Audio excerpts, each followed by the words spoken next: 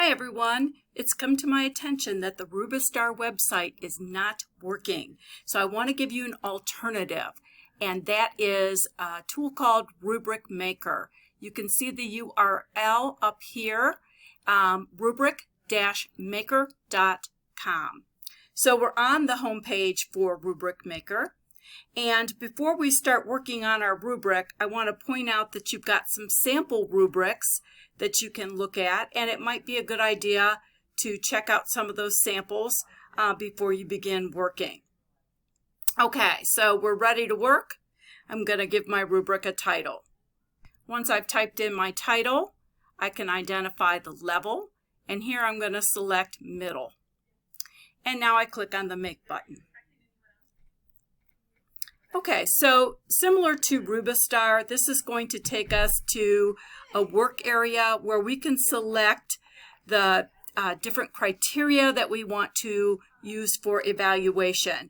And instead of calling them criteria or dimensions, they're calling them topics and components. But the concept is really still the same.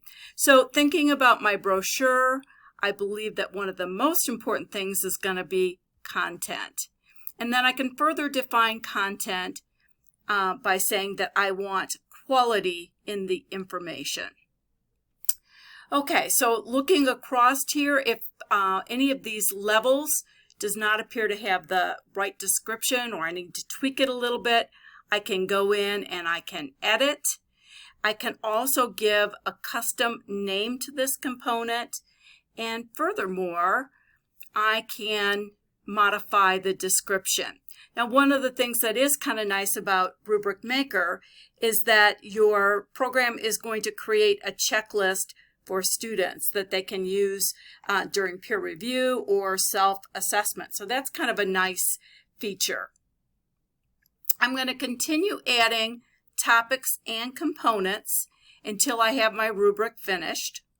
So at this point, I have 4 areas on which I will evaluate my students. If I need more than 4, I can click on Add a Row. I would recommend to you that you stick to about 5. Much more than that gives students too much to think about and makes it more difficult for them to focus. So let's say that I am completely done with the creation of my rubric. I've done all the edits I need. I'm going to click on Finished. So when I finish, it looks for a moment like my rubric has gone away, but here it is, and I have an opportunity to create another rubric while I'm here. But I'm going to work with Going Green in grade 8, and you'll see my options are to print this rubric, to view the rubric, to view the checklist associated with the rubric, or I can edit it, or I can edit particular properties of the rubric, or I can trash it and start all over. I am going to select Print the Rubric, and here is my finished product. So before I do anything with this product, I still can go back and make changes to it because I'm not completely done with it. It can still be edited, and here's the checklist that goes along with it. So let's assume that the rubric is perfect and there are no changes that I want to make.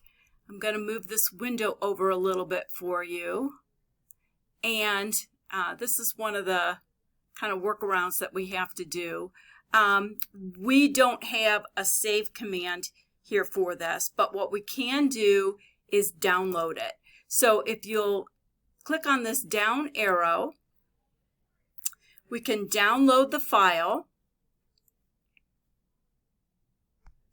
and I'm going to put this in my EDMT 641 folder.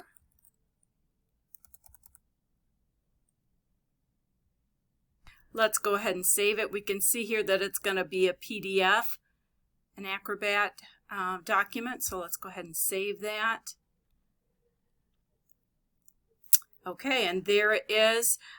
We can obviously print this as well, but what I want you to do for your assignment is turn in that file. So I name mine brochure, rubric. You can name it something that has meaning to you, and then upload it into this week's assignment. That's it. Let me know if you have questions.